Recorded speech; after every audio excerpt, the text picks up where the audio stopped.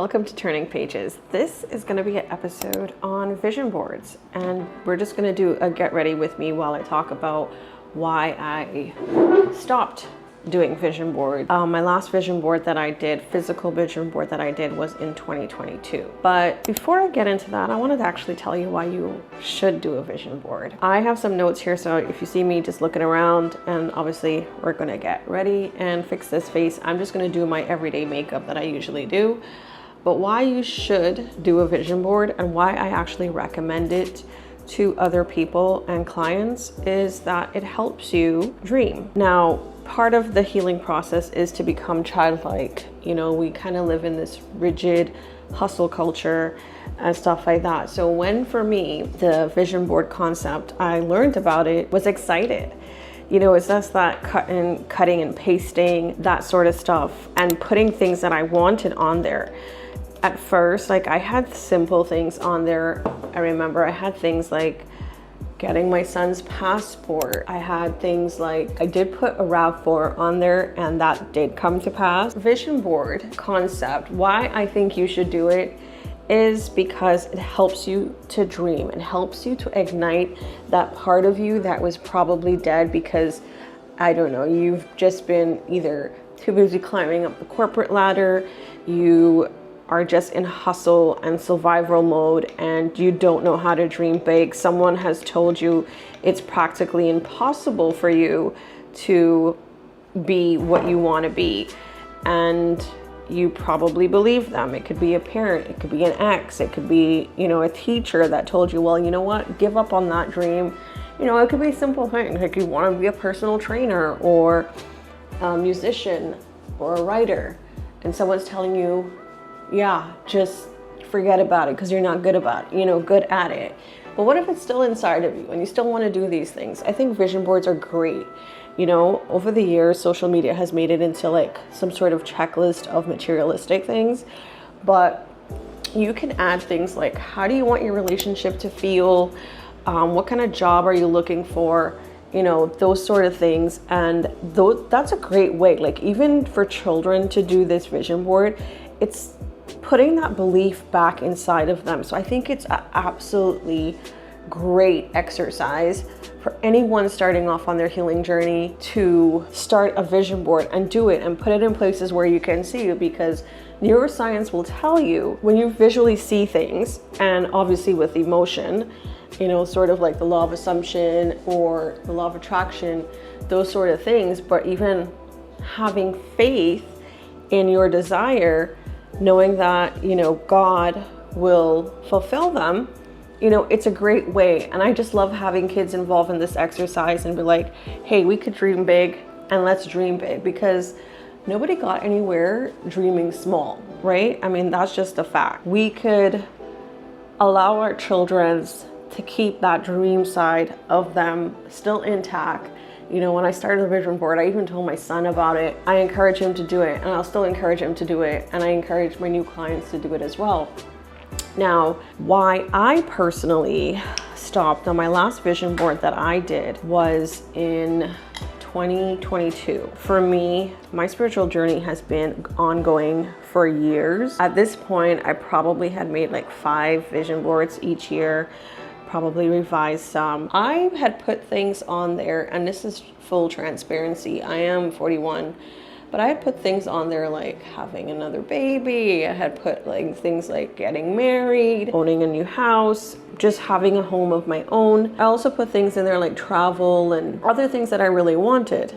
And then nothing stuck on my wall. Seeing the marriage photos at that time, even the baby photos, I mean, I wanted a family like really, really bad, you know? Seeing the family photos just really made me feel like not so great. One day I decided, okay, well, I'm just gonna take down the photos of the couples that I had on there. Obviously, my goal was like, dream is marriage, right? I mean, it still is. But because I was having this like sort of negative reaction, it wasn't something like, okay, let me aspire to have this, or maybe go on dating apps or something like that. No, it was just making me feel like crap. And I was just like, well, taking the pictures down, right? So obviously God has other plans for me, and his timing is far better than my own. But I decided to actually take down the vision board completely this year. And I had it up for obviously 2 years, right? Like a whole year and something.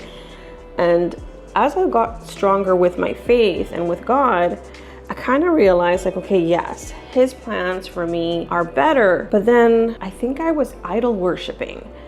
Like some of these things that were on my vision board, like it was neither here nor there, but I clearly was idol worshiping marriage or a man, a husband, you know? And I didn't want that. And I wanted just my faith in myself and my faith in God, because we can't just do, you know, everything on our own and think that God's just gonna drop it onto our laps. And I'll be honest, I'm not active in the dating scene either. So like, what was I thinking, right? But just having the vision board up there, it showed me, and in the things, the reaction I was having, it showed me that I was idol worshiping, and I was worshiping, wanting those things more than I wanted God in me. And that's why I decided, I took it down one day and I said, God, I have full trust and faith in you. Right? So if I come back to this video and I'm married, that will be a testimony. I just said, God, like, you know, I have full trust and faith in you. I trust you with my life. I trust you with, you know, being me being a mom, businesswoman. I trust you with my finances and all those things. I don't know if it's like a coincidence that there was something that was distinctly different than the other ones that I did, but then also not. So I was a bit confused as to like, okay, well, why aren't these things happening? It comes down to belief. We can have these things on our vision board, but if we don't believe in ourselves or we are worthy of these things, it's never gonna come to pass. Like we all go through imposter syndrome. It's not gonna come to pass if we don't believe in ourselves. Vision boards are great as a stepping stone, but you have to believe in yourself. You just have to. There's no other way. Things are gonna happen. Obviously, God is so gracious and he's just, you know, fantastic, but we have to trust in ourselves too. So the other thing is, you know, science is picking up with the faith aspect in our brain. There was a book I read called The Magic Store. Yes, I think it was The Magic Store. It was written by a neuroscience. Now a lot of neuroscience are picking up on how visualization affects the body and the brain. We've heard so many stories, whether they be biblical, new age, spirituality, or anything like that. But you have to believe in yourself. You have to believe that you are worthy of these things. Otherwise, they're not going to come to pass. And besides that, you have to take action. If you believe that you are great, I don't know, being a personal trainer or being great at writing books or even creating content, if you think you can do it, why not do it? Why are you sitting down and wishing it will just fall into your lap? Because it doesn't work that way. You know, I think that's what the problem with the new age stuff I have an issue with.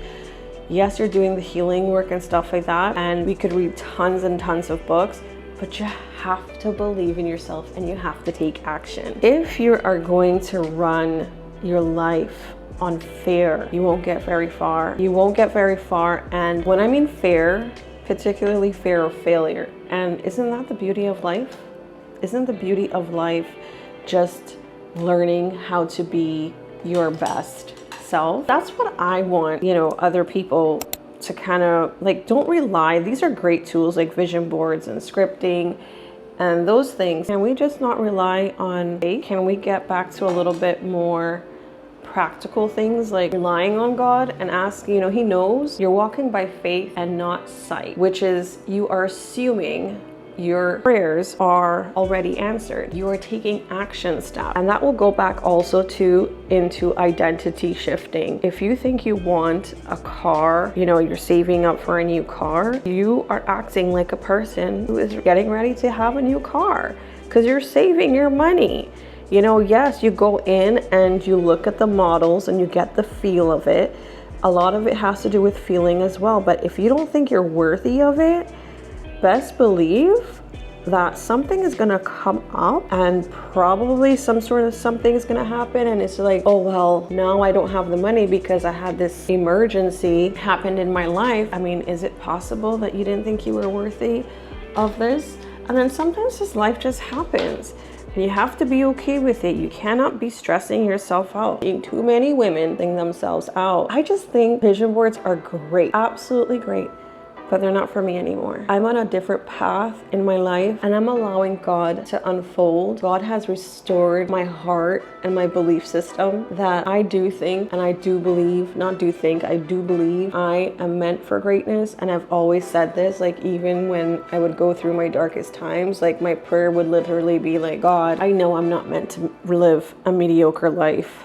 Show me the way. But you see, God already knew that about me. He already knew that I had greatness in me. I just had to figure it out and trust him, understand that he wants the best for me. For me will happen once I put my trust and faith in him, but also, you know, because I believe that God lives inside of me and he's surrounding me and protecting me at all times. But I also know that I am responsible for this life and I have to take ownership over it. And by that, I mean like taking actions and what kind of character do I have? Do I have integrity? Am I nice to people? Do I stand up for myself? You know, being godly and spiritual has nothing to do with being a nice person. It has everything to do with your character, what you stand for, and your morals. Like, am I willing to stand up for things I strongly believe in? Am I going to allow people to treat me like crap and continue to be in my life? Or am I going to set boundaries?